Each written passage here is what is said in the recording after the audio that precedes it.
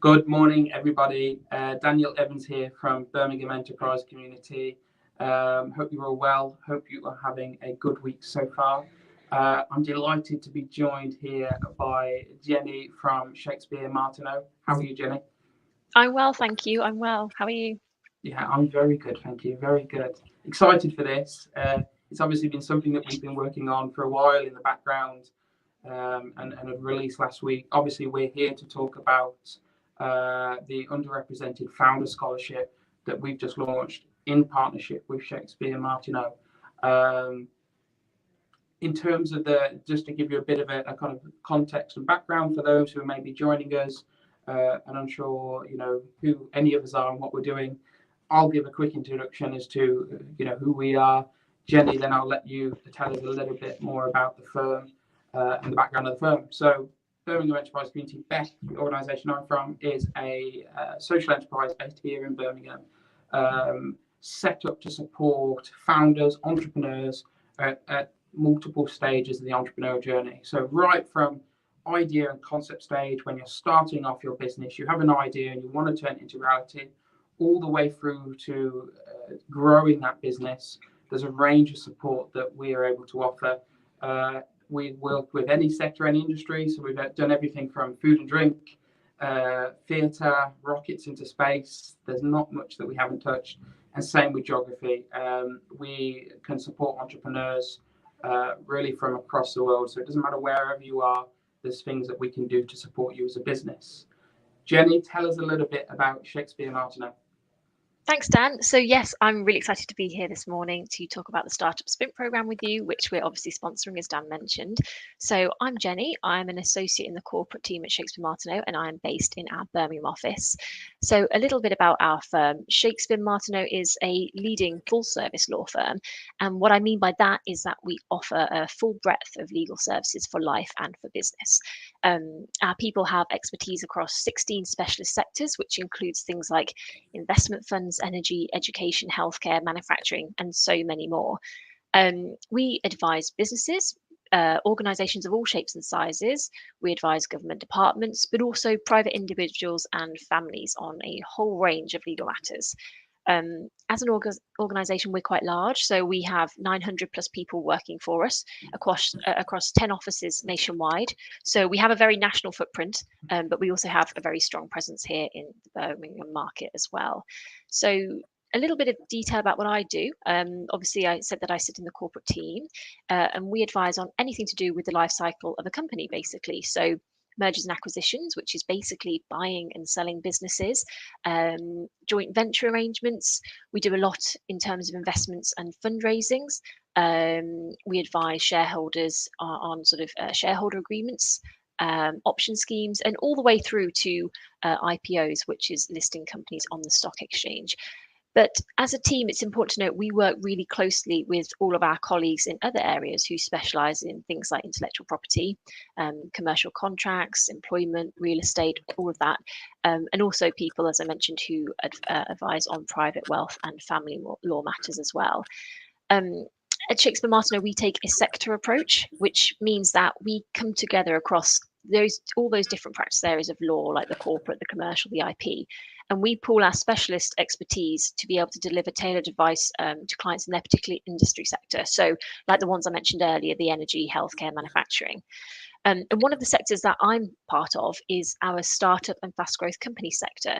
So as the name suggests, we support startups and fast growing businesses, and we tailor our service offering to fit the needs of companies in that particular life stage of their life cycle. And all our sectors are very collaborative. So through our work in the investment fund sector, for example, we also have close ties to business angels, venture capitalists, and other investors, which is really useful. It gives us that wider perspective in terms of being able to look at a transaction through the eyes of the investor and the company who's receiving investment. So that's the sort of brief insight into what we do as a firm and what I do more personally in terms of my team in corporate. Awesome, thank you for that. And I think people see that kind of fit in that with both what we do, what you guys do. We're supporting those businesses that from right from the kind of birth and inception stage through, as you said, to scale, growth, and onwards. Absolutely, yeah. Awesome. moving on and obviously talking about, why we're here today and what we're doing.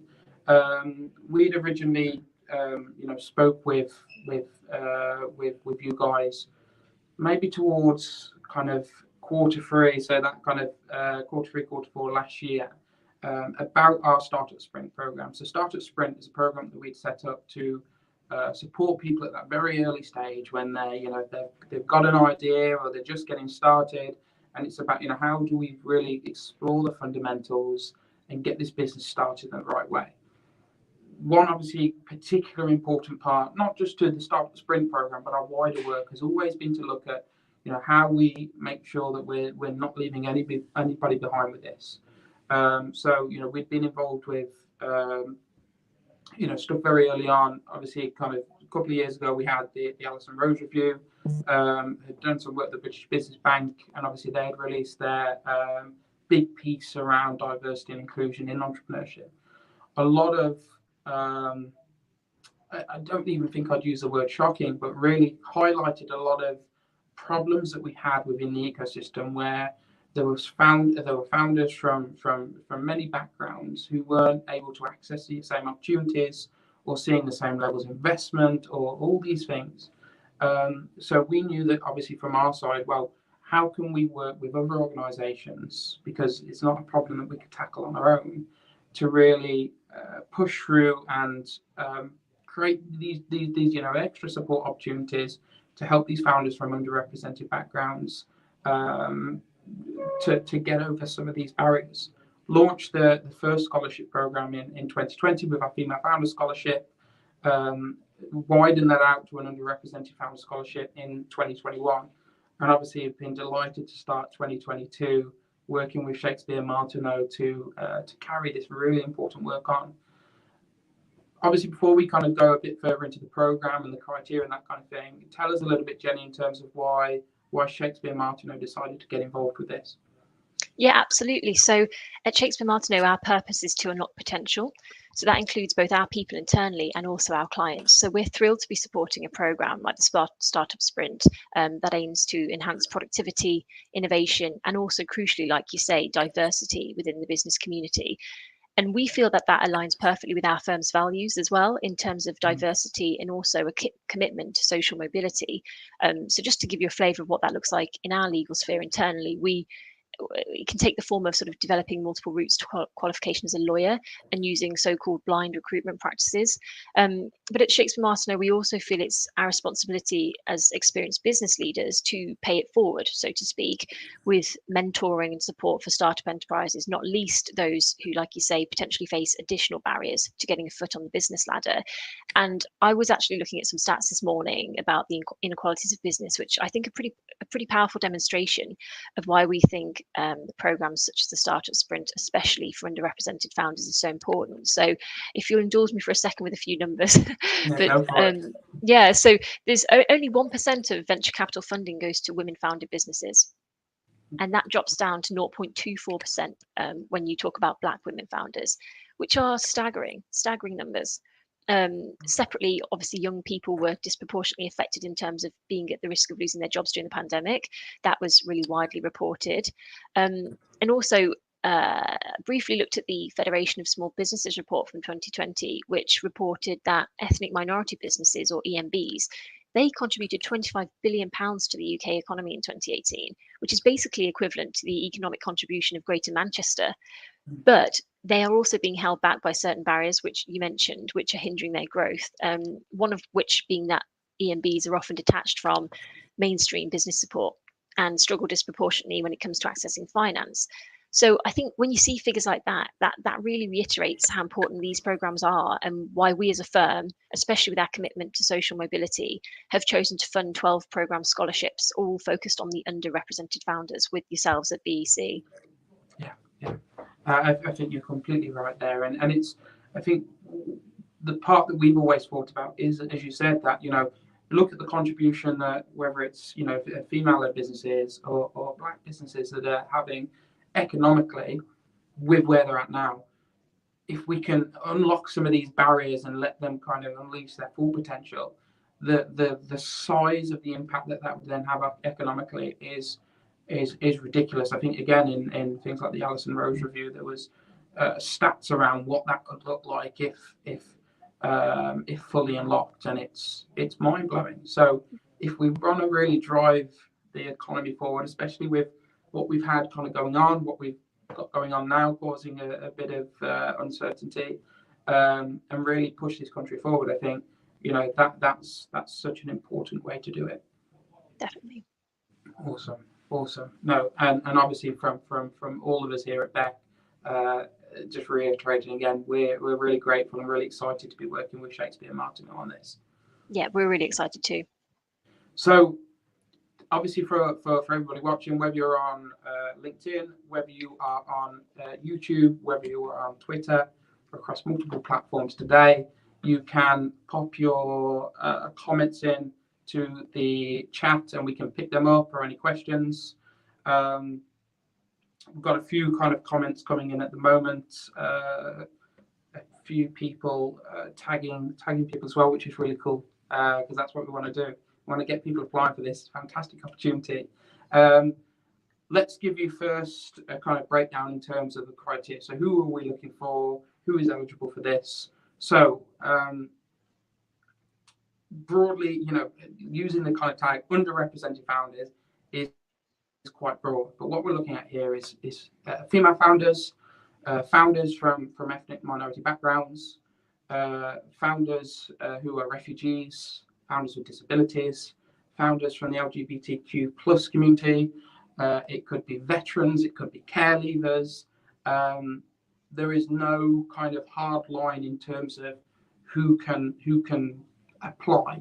If you consider yourself to be from a background that is underrepresented, then we want to hear from you. We want you to apply for this program.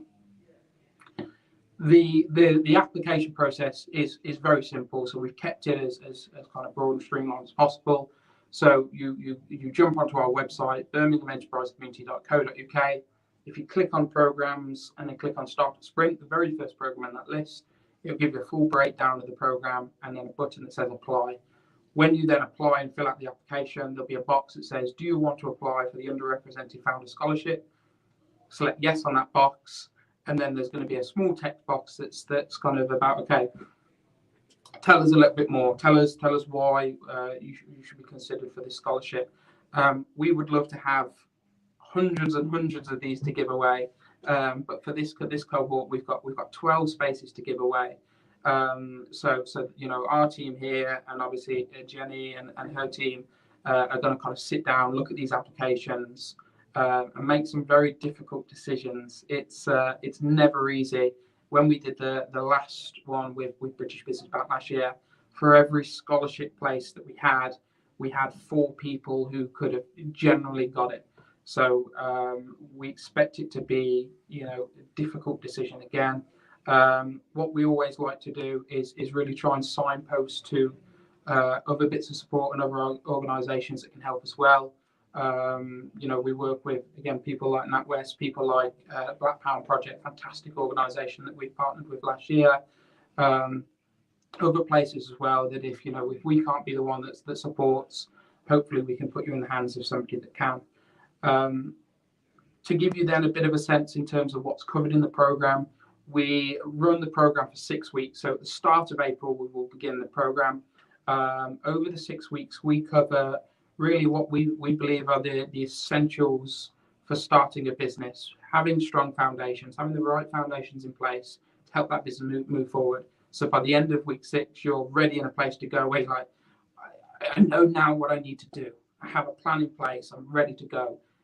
Trying to be as practical as possible. It's not just the theory, it's having the right plan in place to go. So week 1, we cover entrepreneurial mindset.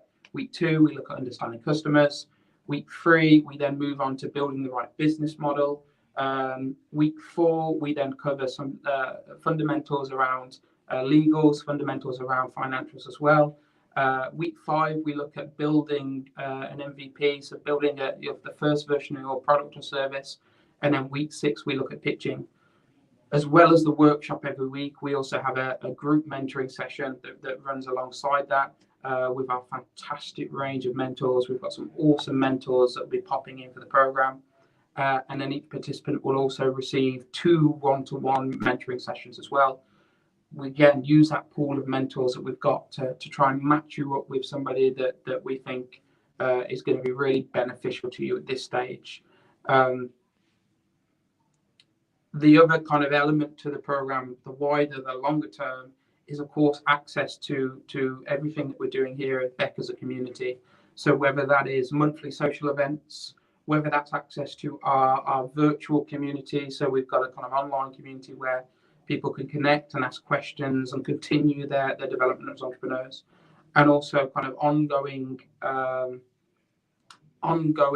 places of support in terms of one-to-one drop-in sessions and a lot of more stuff. So lots that's contained within that program.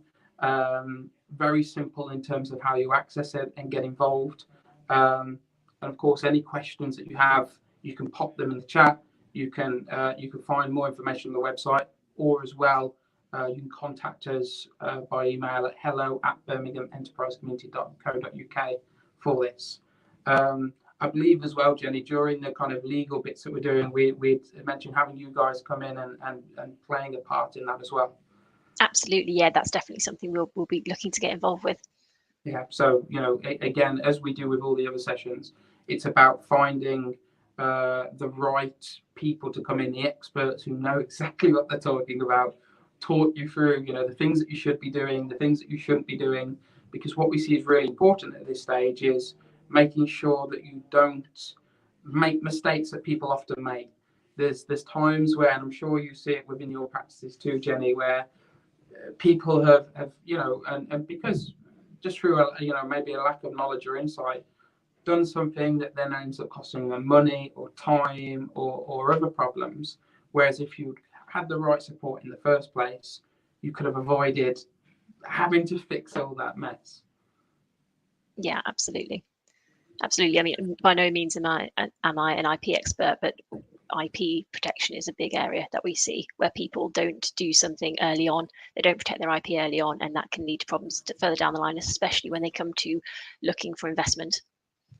100%, because again, it's that defensibility. People want to know that if I'm going to put money in here, there's something backing this up that means that other people just can't come away and take them away. Exactly. So we've got a couple of points here. I'm just going to pull out of the chat. One is from Shami. Hi, Shami. I'm going to read out the full comment because it's quite long. So this sounds great. Jenny, how do you identify and attract people from underrepresented groups? One of the barriers to topping up the funnel is being able to tap into these groups. Sometimes the best way to do this is partnering with groups, organizations already embedded in these communities, working with bringing opportunities to them. What are your thoughts on this?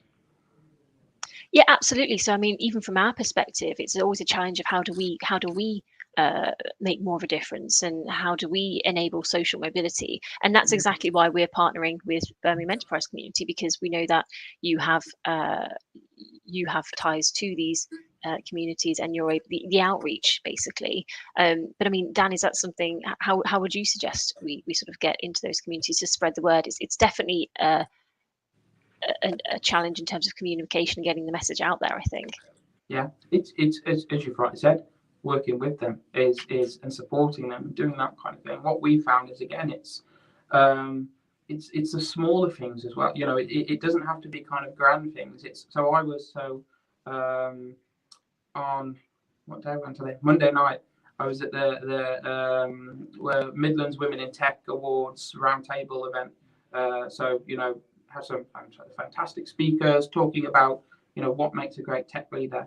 It's about us kind of going out, engaging with those events, meeting people there, being on the ground and really plugged in. For me, that was a chance to go hear from some fantastic women working in the tech industry, to hear firsthand from them, what are the barriers, where are the issues, how can we solve this, working with them to do that. So because we can't sit in isolation and think, oh yeah, we'll solve that and find a solution. Have to talk to the people that are experiencing it. Same as I said, we did some work with CJ and Black Pounds Project towards the end of last year. So again, kind of engaging, but not from an arm's length. Please promote this to your communities for us. Really going in and understanding, how can we get involved? How can we support? How can we be part of what you're doing? And again, it yielded or has yielded great results in the past. Some of the applications that we've had, some of the individuals that we've had then come through the Underrepresented Founder Program have been fantastic. It amazes me just this last time it was people, as I said, with disabilities, people from some phenomenal backgrounds, people from even people who are kind of retired and elderly and that sort of thing. The female founders as well. It was something that we were really frustrated with in terms of our own kind of output when we did the second cohort of our Forward Accelerator program. Maybe less than 15% of that program were female founders, and we were like, we need to fix this. We need to do something here, because is it that we're not engaging right or not offering the right support? And we're pushing through to, I think when we did the first few female founder scholarships for things like Startup Sprint, then there were 60 to 70% female cohorts. So it kind of flipped things on the head, and some of those entrepreneurs now are just doing great stuff. To sit on kind of LinkedIn or something like that and look at what they're doing is absolutely awesome. So that's how I think I'd do it. Wonderful. I'm just scrolling through again. Another comment from Leah here. This is amazing. I've heard those stats and figures for the last 2 years and still can't believe they're not changing. Well done, guys. I can't wait to follow this. I think you've dug out some really important stats, Jenny. There was, I think, a bit of an update. Debbie Asinder, shout out to Debbie Asinder, because she's always doing fantastic work to push female founders, push women in tech forward. She had tagged, I got tagged in a post that she had shared, I think earlier this week, and it was some reflections on the kind of progress since the Alison Rose review, and there was kind of small signs that were changing. I think in terms of the number of women that started businesses up over the past 2 years, there was quite a vast increase. Naturally, we can, we know that if we start doing work today, the results don't come tomorrow. It takes time to develop, but that still doesn't mean that we can kind of sit and think, yeah, but we've done bits, so it will yield results in the future.